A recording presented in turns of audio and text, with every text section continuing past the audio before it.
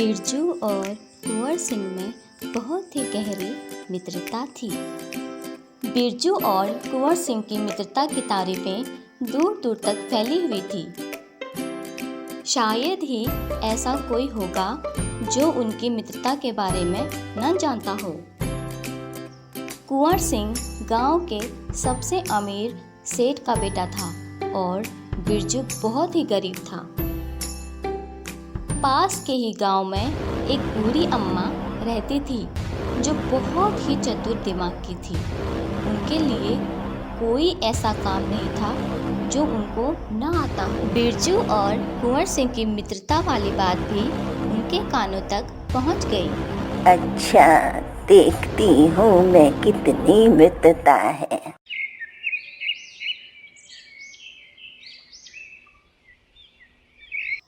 फिर एक दिन बिरजू और कुंवर सिंह आपस में बातें करते हुए जा रहे थे। तभी उन्हें बूढ़ी अम्मा मिली। बूढ़ी अम्मा ने उन्हें आवाज़ दी। सुनो बेटा, मुझे तुमसे एक बात पूछनी थी। रहने दो बेटा, तुमसे नहीं हो पाएगा। तुम तो बच्चे दिखाई दे रहे हो। कुंवर सिंह बोलता है। हाँ, पूछो अम्मा। अच्छा ठीक है, तुम इतनी जिद कर रहे हो तो तुमसे एक आसान सवाल पूछ लेती हूँ। अच्छा बताओ, धान के दाने के अंदर क्या होता है? अम्मा, धान के दाने के अंदर चावल होता है। बूढ़ी अम्मा बिना कुछ बोले आगे चल देती है। थोड़ी दूर जाकर बूढ़ी अम्मा फिर से आवाज़ देती है। अरे सुनो लड़के, क्या नाम है तुम्हारा? इधर आओ। जी अम्मा जी, अभी आया। फिर बूढ़ी अम्मा के बुलाने पे बिरजू अम्मा के पास चले जाता है। मैं जरा ऊंचा सुनती हूँ, उस वक्त ठीक से सुन नहीं पाई। जरा एक बार और बता दो, धान के दाने के अंदर क्या होता है? अम्मा, धान के दाने के अंदर चावल होता है। अच्छा ठीक है, अब तुम जाओ।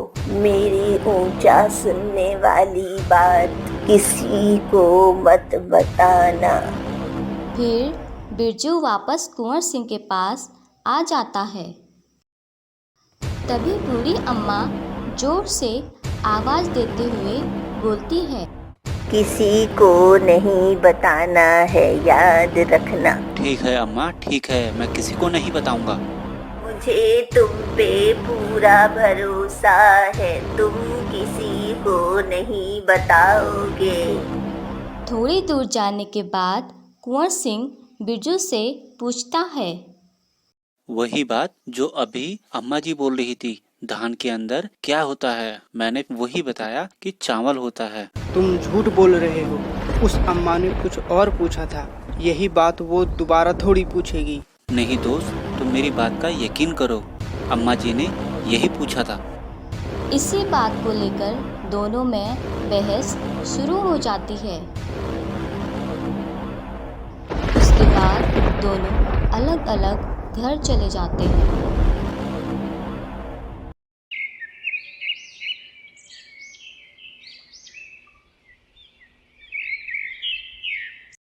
दूसरे दिन बिरजू बहुत उदास था।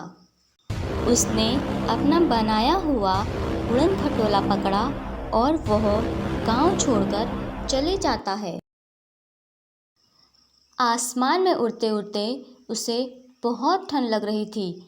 इसीलिए उसने सोचा, अगर मैं कहीं से एक मसाल इस उड़न खटोला में रख दूं तो थोड़ी राहत मिलेगी। और यह सोचकर उसने पास के गांव में जल रहे आग से एक मसाल बनाकर अपने उड़न खटोला पे रख दिया।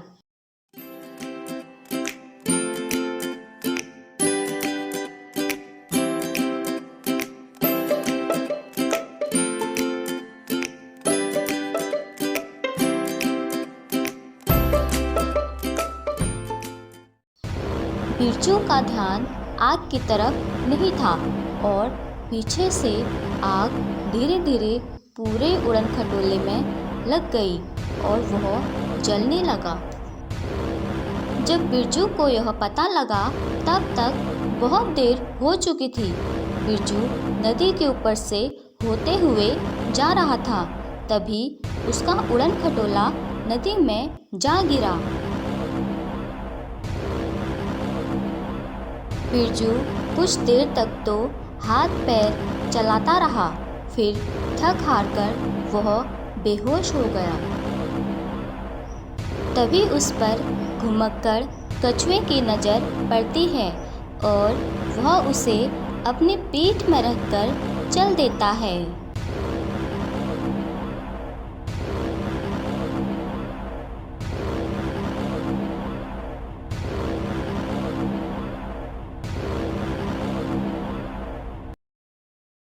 बिरजू को गांव में ना पाकर कुंवर सिंह बहुत चिंतित हो जाता है और वह बिना कुछ खाए पिए बस बिरजू के लिए रोता रहा।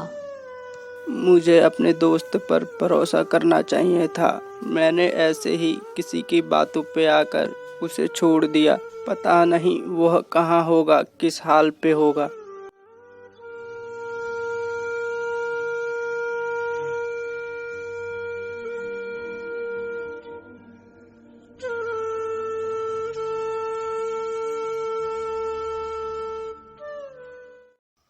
घुमक्कड़ कछुआ बिरजू को नदी के किनारे रखकर वापस पानी में चला जाता है।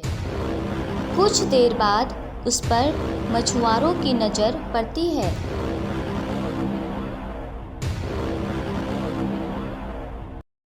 वह बिरजू को देखते ही पहचान लेते हैं और उसे उसके घर ले जाते हैं।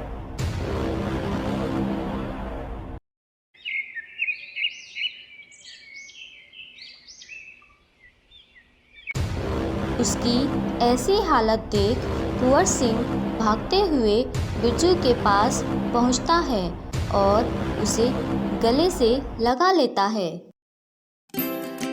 उसके बाद दोनों खुशी से रहने लगे।